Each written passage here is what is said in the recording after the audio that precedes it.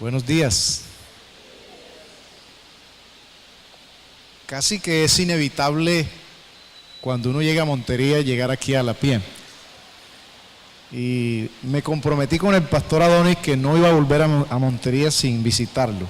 El problema es que casi cada vez que vengo me pone a predicar.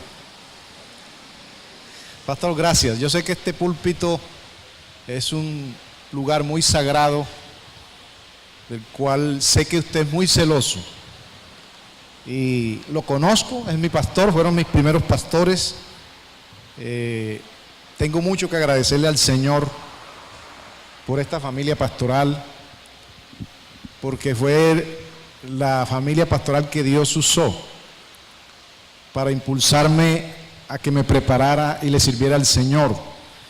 Y hemos estado sirviendo al Señor todo este tiempo.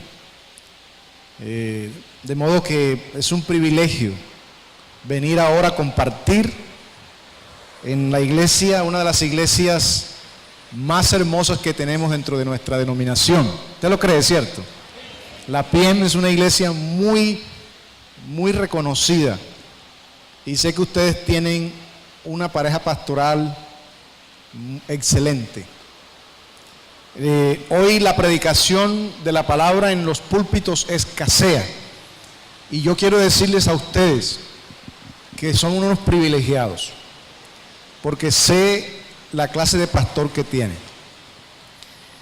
Así que adelante, aprovechenlo al máximo.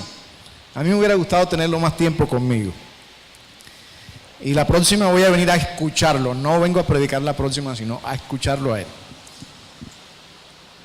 Permítanme en esta mañana, ustedes saben el texto que hemos leído en Lucas capítulo 18, si nos podemos ubicar allí. Yo quisiera comenzar esta exposición mirando un poquito, de manera muy breve, la actualidad que vivimos en Colombia, y me van a permitir expresarme de esta manera. Creo que a todos nos genera, como cristianos, nos genera mucha preocupación los acontecimientos de nuestro país, lo que ha venido sucediendo en la historia de esta nación. A todos nos preocupa todas estas cosas que han sucedido en el pasado que hemos vivido como nación. Y se los digo porque lo he vivido en carne propia en estos ya 25, 26 años de trabajar directamente con uno de los problemas reales de nuestra nación, como son las cárceles. Y además, después de la firma del proceso de paz, sobre todo mucha desinformación también. Hay un artículo que hoy salió en la revista Semana, y les invito a que la compren, lo lean o lo miren en la página de internet, que titula "La explosiva mezcla de fe y elecciones". La explosiva mezcla de fe y elecciones. Lo escribe un pedagogo, Julián de Subiría. Y encontré ahí dos párrafos que quiero compartirlos brevemente. En uno de esos apartes dice: un país que no lee críticamente no se gobierna por ideas, sino por emociones. Lo triste es que en Colombia han primado las emociones primarias, como la ira, el odio y la sed de venganza. Nos hemos acostumbrado a la muerte, nos hemos insensibilizado, y muchos políticos le quieren seguir sacando partida a la enfermedad social que hemos vivido. Y en otro párrafo dice lo siguiente: las iglesias católicas y cristianas podrían cumplir un papel esencial en el actual momento si nos ayudaran a fortalecer la convivencia y la fe. nos podrían ayudar si mantienen el mensaje del Evangelio y se deciden a trabajar en las comunidades para fortalecer el tejido social, la confianza, la comunicación y la estructura ética de la sociedad. Y con esto quiero traer a la memoria lo que sucedió esta semana con la noticia de la muerte del reverendo Billy Graham. Un hombre que dejó marcada la historia.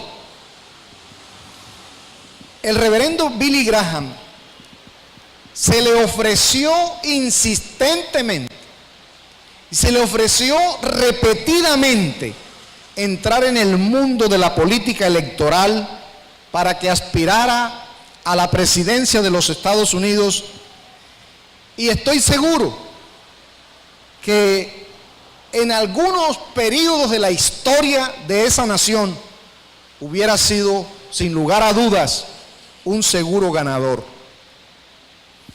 Pero este hombre, al igual que Spurgeon, nunca consideró rebajar su llamado.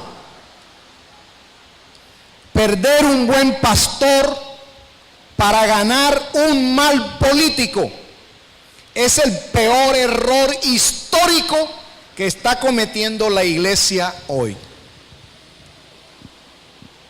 No faltará quien diga que hay excepciones, y seguro que sí. Pero esas excepciones, en la historia conocemos dos: Abraham Kuyper en Holanda, que marcó profundamente esa nación, y aquí en Colombia el reverendo Jaime Ortiz, que ya está con el Señor. Es el caso más cercano. Pero tenemos que resaltar que nunca llegaron por oportunismo ni de manera improvisada a estos terrenos movedizos y peligrosos de la política electoral. Y ahora sí, permítame ubicarnos en el texto. Esa es una simple nota que quiero compartir y que la estoy compartiendo en todos los lugares en este tiempo, donde quiera que voy. Hemos leído la parábola de la viuda y el juez injusto. Sería bueno recordar de nuevo el texto, ¿cierto? Les refirió Jesús una parábola sobre la necesidad de orar siempre y no desmayar. Me quiero ubicar ahí nada más para recordarle lo que hemos leído. Ustedes saben que la administración de justicia es la parte de la función política que cumple un Estado, encargada por la Constitución política y también por la ley de hacer efectivos los derechos, las obligaciones, las garantías y las libertades para lograr la convivencia social. En Colombia se divide en diferentes ramas. Tenemos la jurisdicción ordinaria, la Corte Suprema de Justicia, los tribunales superiores del distrito judicial y los juzgados. Uno de los tantos escándalos de los últimos meses en Colombia se debe a que la Corte Suprema de Justicia está siendo cuestionada por la conducta de 12 magistrados y de un jurista, que no quiero, me reservo el nombre porque todos lo sabemos. Se niega a renunciar mientras continúa la investigación, y cada que lo citan presenta una excusa médica y que se presenta como que está enfermo y no puede asistir. Pero estos tres honorables servidores de la ley están siendo vinculados a una supuesta red de corrupción dentro del alto tribunal en Colombia. Han incidido, según dicen, en decisiones judiciales a cambio de una millonaria suma de dinero. Y esta parábola que hemos leído esta mañana es sin lugar a dudas un retrato de lo que sucede en nuestra nación, de lo que sucede en nuestra sociedad. Quienes son llamados a impartir justicia no lo hacen. ¿Y por qué no lo hacen? Noten que de entrada en esta parábola, el Señor nos plantea una lucha desigual, una lucha donde finalmente gana la insistencia.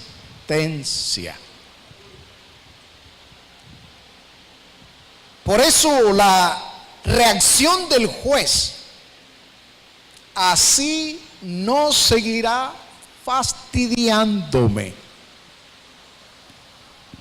no seguirá molestándome. Así que permítanme en esta mañana compartir 3 palabras claves de esta parábola, y sobre esto me voy a versar en el sermón de hoy. La primera palabra no está en orden. La primera palabra aquí es la palabra oír.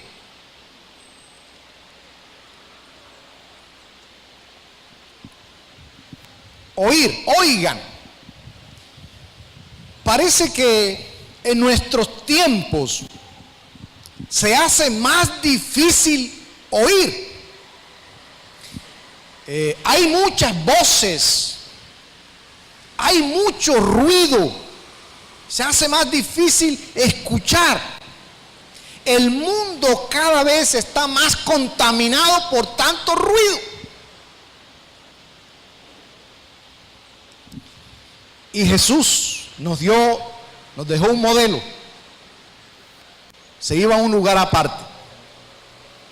Creo que a veces es necesario alejarnos de tanto ruido para escuchar.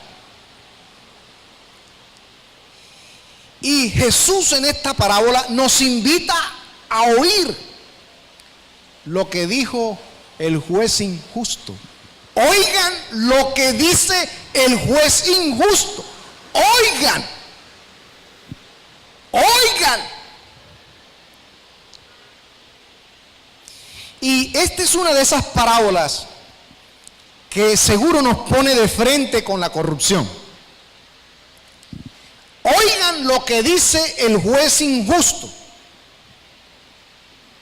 No hará justicia a sus elegidos si claman a él día y noche.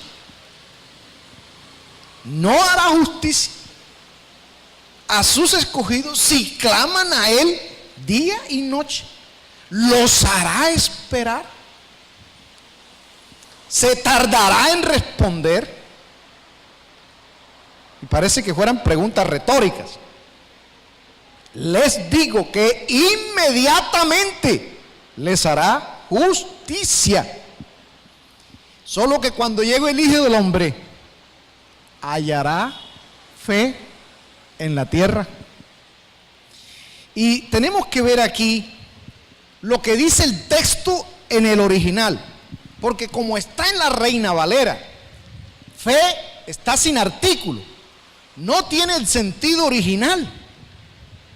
Lo que dice en el original es: encontrará esta fe. Encontrará esta clase de fe.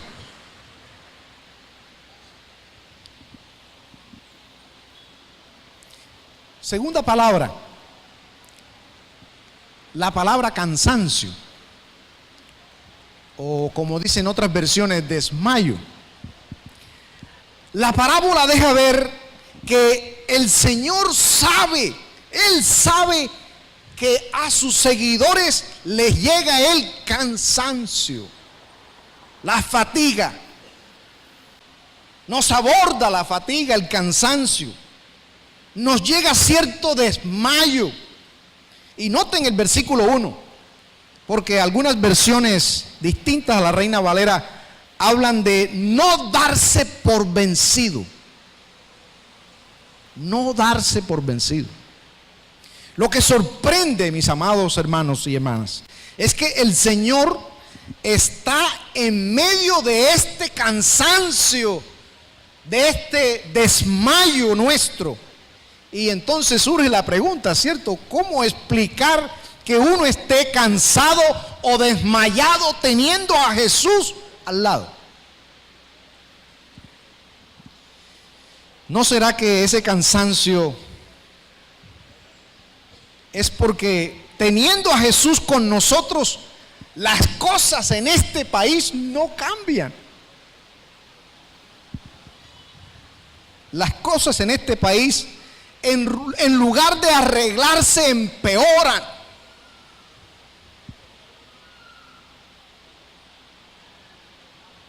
Llevo 26 años de trabajar en una institución del Estado.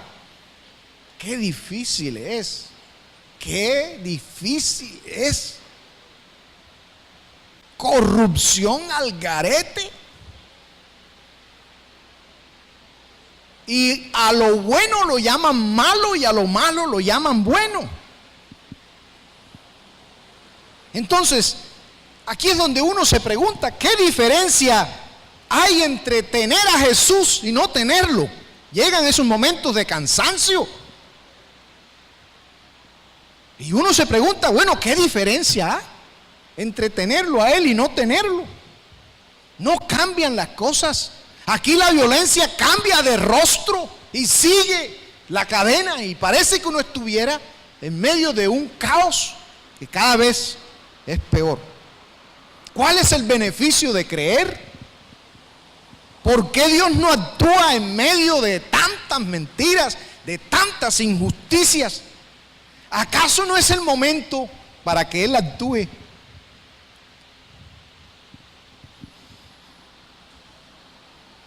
Si miramos el capítulo anterior, capítulo 17 de Lucas, notamos que en el versículo 20,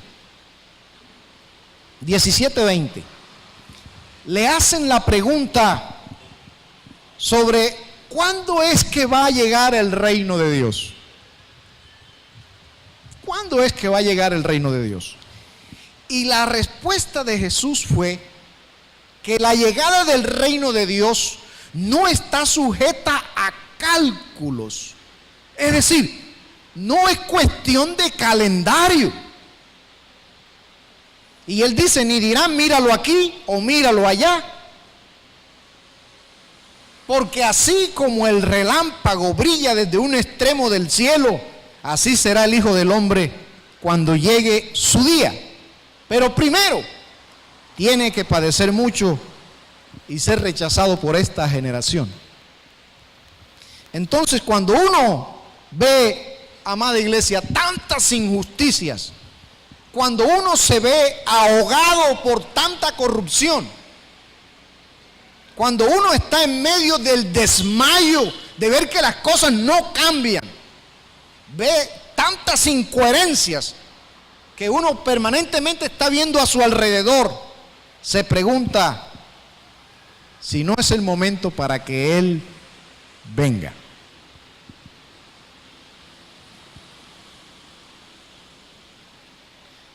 Tercera palabra es el sustantivo común, ciudad. Seguramente a la mayoría de nosotros nos gustaría conocer alguna de las ciudades que hay en el mundo, ¿cierto? ¿Quién no le gustaría conocer Roma, Madrid, Nueva York, Los Ángeles, Barcelona, Acapulco? Y para el caso nuestro, Cartagena es una ciudad muy apetecida que la gente en el mundo quiere conocer. Pero, ¿a qué huelen esas ciudades?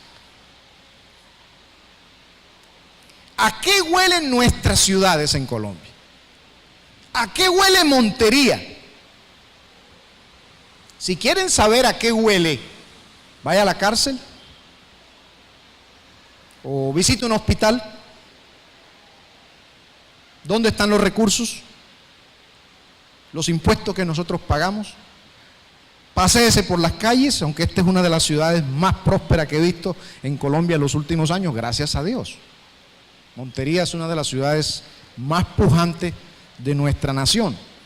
Que Dios siga bendiciendo a Montería. Y yo creo que Montería está siendo bendecida por iglesias como ustedes. Y noten que en la parábola Jesús describe una ciudad. Había en una ciudad, comienza la historia, había en una ciudad. Y por el contenido de la narración, esta ciudad no huele bien. Es una ciudad que huele a corrupción, huele a podrido, es una ciudad hedionda, una ciudad en la cual no existía el más mínimo temor a Dios. Entonces imagínense, no existía el más mínimo temor a Dios. Es una ciudad que opera sin parámetro alguno. No había respeto por el ser humano. Y en esta ciudad, como en todas las ciudades, circulaba un diario. ¿Cuál es el diario de acá de Montería? El Meridiano. La Piragua. En Medellín, el Q. Y allí circulaba un diario. Y la noticia que se repetía permanentemente en ese diario, en el diario del momento, era que había una viuda clamando por justicia.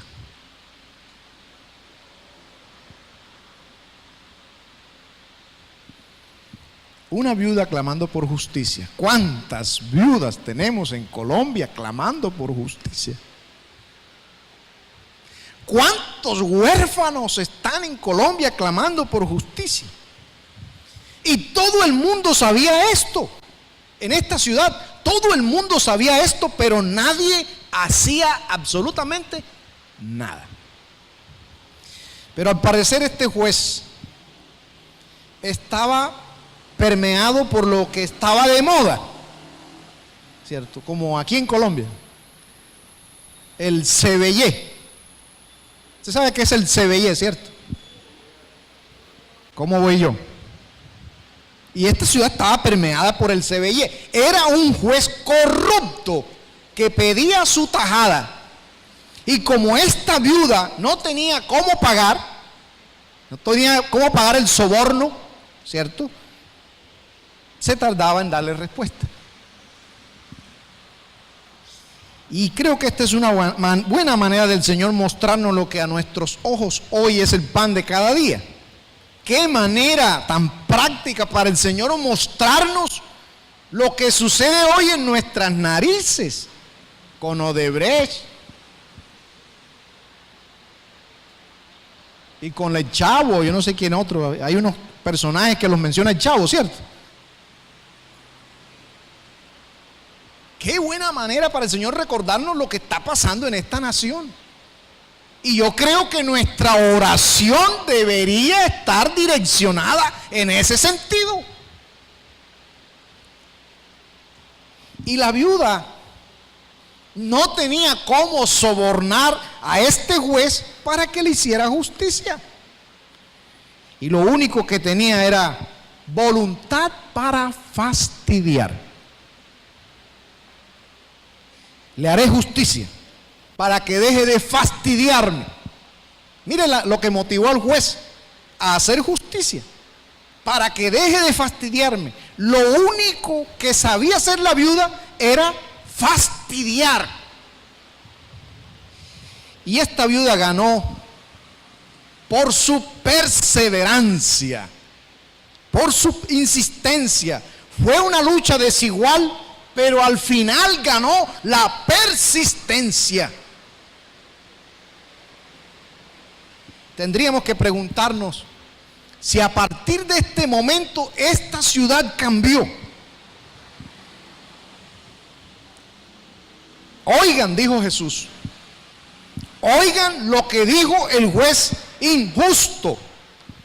Si el más corrupto opera así, y amada iglesia, aquí está el punto central de esta historia.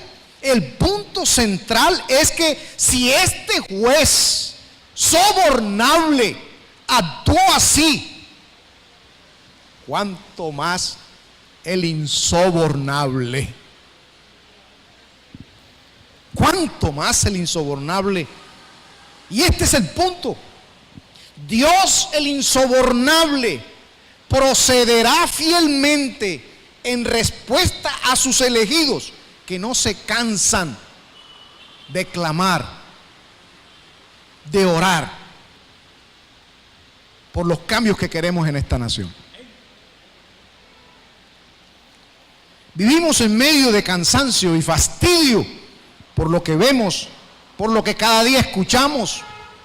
Estamos cansados de escuchar siempre lo mismo y de ver que la justicia no hace nada. La justicia sigue siendo aplicada a los más débiles, pero para los más fuertes, para los poderosos, no existe.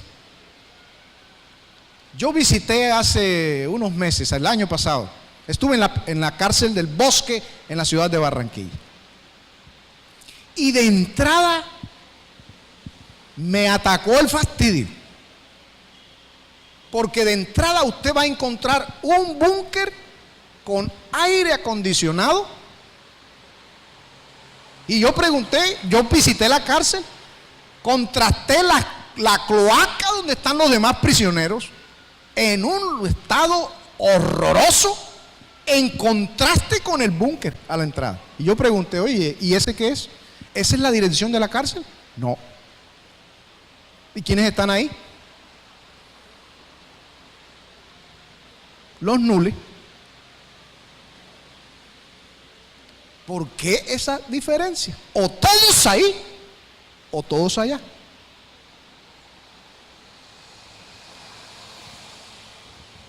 O todos allí, o todos allá. ¿Cuáles son los sonidos, amada iglesia, que nos deja escuchar esta parábola? ¿Cuáles son sus mensajes? En la historia narrada, el primer mensaje de esta parábola es recordarnos que Dios es justo. Dios es justo. Y ese es uno de los atributos de Dios más cuestionados por los hombres. La gente cuestiona la justicia de Dios. Por ejemplo, uno de nuestros vallenatos. ¿Cuántos acá han escuchado vallenatos? Yo no escucho vallenatos, pero uno de nuestros vallenatos, yo me acuerdo, que decía que la platica estaba mal repartida. Y que Dios le había dado a unos más y a otros no les había dado nada. ¿Qué es lo que está diciendo este vallenato? Está afirmando que Dios se equivocó, que Dios no es justo. Pero la parábola, ¿qué es lo que nos está diciendo? Que nuestro Dios es un Dios justo. Dios es justo. Lo más difícil de creer de Dios es que Él es justo. Y este es el lado cuestionado por muchos. Dios es justo. Él es, escuche, Él es fastidiable. Él es fastidiable. No es sobornable. Y el pueblo de Israel, como muchas iglesias hoy, intentó sobornar a Dios. Muchas iglesias hoy intentan sobornar a Dios. Y el profeta dijo: ¿con qué me presentaré delante de Dios? ¿Con carneros? ¿Con terneros? ¿Con millares de carneros? ¿Con qué? Y nos tenemos que preguntar, ¿qué es lo que hace que Dios abra la mano? Miqueas capítulo 6, versículo 6. Ahí está la respuesta. Hombre, Él te ha declarado lo que es bueno. ¿Y qué pide el Señor de ti? Solamente hacer justicia, que defiendas el derecho, que ames la lealtad, amar misericordia y que seas humilde con tu Dios. Pero nada de esto hay hoy en nuestras ciudades. El lado menos creíble de Dios es que Él es justo. Ahora, parece que la parábola nos dejara ver dos temas, ¿cierto? La oración y la fe. Porque noten cómo inicia. Le refirió una parábola sobre la necesidad de orar siempre. Pero concluye con el tema de la fe. Cuando venga el Hijo del Hombre, ¿encontrará esta fe en la tierra? Oración y fe. Entonces, ¿cuál es el tema en la parábola? ¿Cuál es el tema? ¿La oración o la fe? Y lo que el Señor nos enseña es que la fe, esta fe, la fe de la viuda, activa la oración. La fe de la viuda activa la oración. Uno de los propósitos, mis querida iglesia, que nosotros nos hemos trazado dentro del ministerio carcelario, uno de mis sueños cuando yo asumí este ministerio es cómo podemos influir con los principios bíblicos de justicia en el sistema de prisiones. ¿Cómo podemos, de qué manera podemos alterar, transformar el sistema de justicia con los principios bíblicos que están establecidos en las Escrituras? Y venimos trabajando sobre esto hace mucho tiempo. Hemos sido reconocidos como un movimiento que trabaja mucho el tema de la justicia al interior de las cárceles. Y hace poco fuimos visitados en Medellín por el Consejo Superior de la Judicatura porque querían conocer el trabajo que nosotros hacemos en materia de reconciliación, cómo aplicar la justicia restaurativa en un contexto como el nuestro, donde hay tantas víctimas, tantos ofensores, y obviamente esto impactó profundamente a muchos magistrados, y ahí quedé conectados con algunos de ellos. Permanentemente me están llamando porque quieren que impulsemos con más fuerza esta labor al interior de las cárceles. Pero yo me salí un poco de la cárcel y me puse en la tarea de pensar desde 2013 para acá, ¿cómo podemos nosotros aprovechar este momento de la historia? La iglesia, ¿qué debe hacer frente al proceso de paz? Y diseñamos un programa que lo llamamos comunidades restaurativas, para transformar esas comunidades, reconciliarlas con los ofensores, y en eso hemos estado trabajando en este último tiempo. Me fui una vez a dormir a un campamento, cuando comenzaron a colocar los campamentos de las FARC, me fui a un campamento de esto, y dormí en un campamento de esto, y vine con mi corazón destrozado. Porque mientras nosotros en nuestra ciudad de manera cómoda nos oponemos a ese proceso de paz, que obviamente tiene muchas imperfecciones que yo no comparto, hay muchas cosas que no comparto del proceso de paz, pero mientras nosotros en la ciudad criticamos todo eso, me di cuenta, porque me senté con más de 60 jóvenes y comencé a preguntarle: ¿cuántos años tienes tú? 21. ¿Cuánto hace que estás en la guerrilla? Hace 11 años. Hace 10 años. Todos los que estaban ahí llegaron siendo niños. Y entonces uno se pregunta, ¿qué es lo que está haciendo la iglesia? Y uno escucha a muchos cristianos fundamentalistas metiéndole más fuego a esto.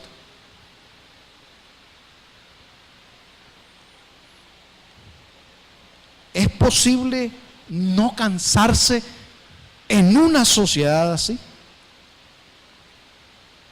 Somos llamados a vivir lo fastidiable, a vivir en medio del cansancio de oír y ver que cada día pareciera peor. Se nos llama a esperar en medio del fastidio que nos provoca la injusticia, el soborno, la corrupción, el engaño, las mentiras, el chanchullo, la trampa. Se nos llama a persistir y esperar en su justicia y a no hacer justicia por nuestra propia cuenta, porque esa también es otra. En la cárcel he escuchado, mis amados hermanos, cantidades de guerrilleros y paramilitares que se metieron a esas filas solo motivados por un deseo de venganza.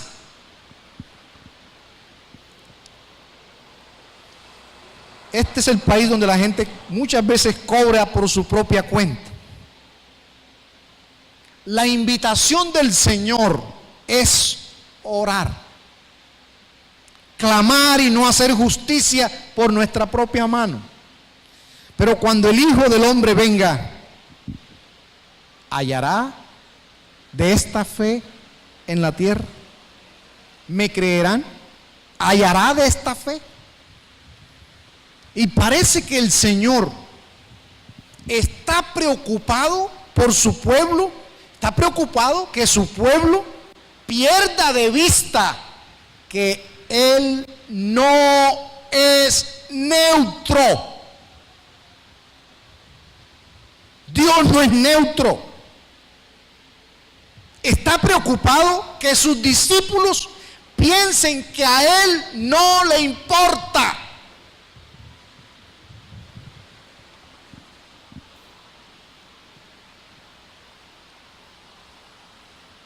Preocupado de que pensemos que a Él no le importan nuestras ciudades, que a Él no le importa nuestra situación. Y eso es reducir el carácter de Dios a un Dios que no le importa nada, a un Dios inoperante, un Dios distante. Y en los días de Noé cambiaron la perspectiva de la vida. Todo giraba, como ahora, ¿no? Todo giraba en comprar, vender, comer, beber. Y parece que esto es lo que fastidia. Parece que esto es lo que fastidia. Pero nosotros no podemos caer en esta falsa perspectiva. Como iglesia tenemos que preguntarnos cómo mantenernos en esta fe. ¿Cómo mantenernos en esta fe? Entonces, la invitación del Señor es no oír al juez, sino oír ¿qué? Su palabra. Oír su palabra. Oigan la palabra del Señor. Oigan la palabra del Señor. Y quiero cerrar con esto. El triunfo en la vida no es del que tiene el poder. El triunfo en la vida es de los que tienen fe.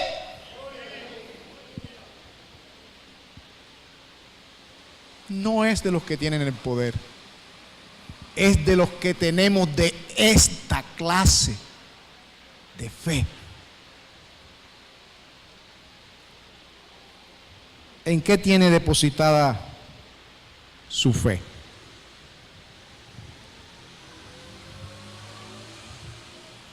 ¿Cuál fe? Esta clase de fe. Iglesia amada, ustedes tienen desafíos. Como iglesia tienen un desafío grande, yo sé, ya me enteré. No tengan temor. Tengan de esta clase de fe.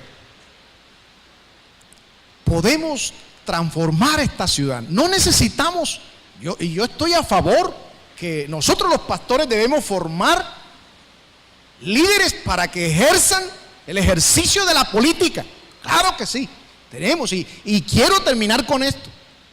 Todos debemos ser responsables a votar. Ore al Señor, mire cuál es el candidato porque usted va a votar. Esa es una tarea, es una responsabilidad que tenemos como iglesia. Pero yo creo que nosotros podemos transformar este país si tenemos de esta clase de fe. Y si activamos esta fe con una oración. No necesitamos. A mí me han ofrecido cargos en Medellín, no vayan a creer. Allá fue un grupo a ofrecerme para que yo fuera concejal y le dije, jamás me rebajaré a eso. Jamás. El ministerio es sagrado. Dios me llamó a servirle. No cambio eso por nada. Iglesia amada, ejerciten esta clase de fe y verán que lo que se proponen lo alcanzarán. Señor Jesús, te adoramos en esta mañana. Tú estás aquí. Eres el centro de nuestra adoración. Gracias, Señor, por hablarnos, por invitarnos a seguir persistiendo. Señor, sabemos que enfrentamos momentos difíciles. Sabemos que estamos en medio de una incertidumbre enorme, pero tú eres soberano y descansamos en tus promesas. Tú no estás sujeto a lo temporal. Tú estás por encima de todas las cosas. Danos luz. Ayúdanos a interpretar los tiempos a la luz de tu palabra. Permítenos seguir creciendo en esta clase de fe. Lo oramos, Señor, en tu santo nombre. Amén.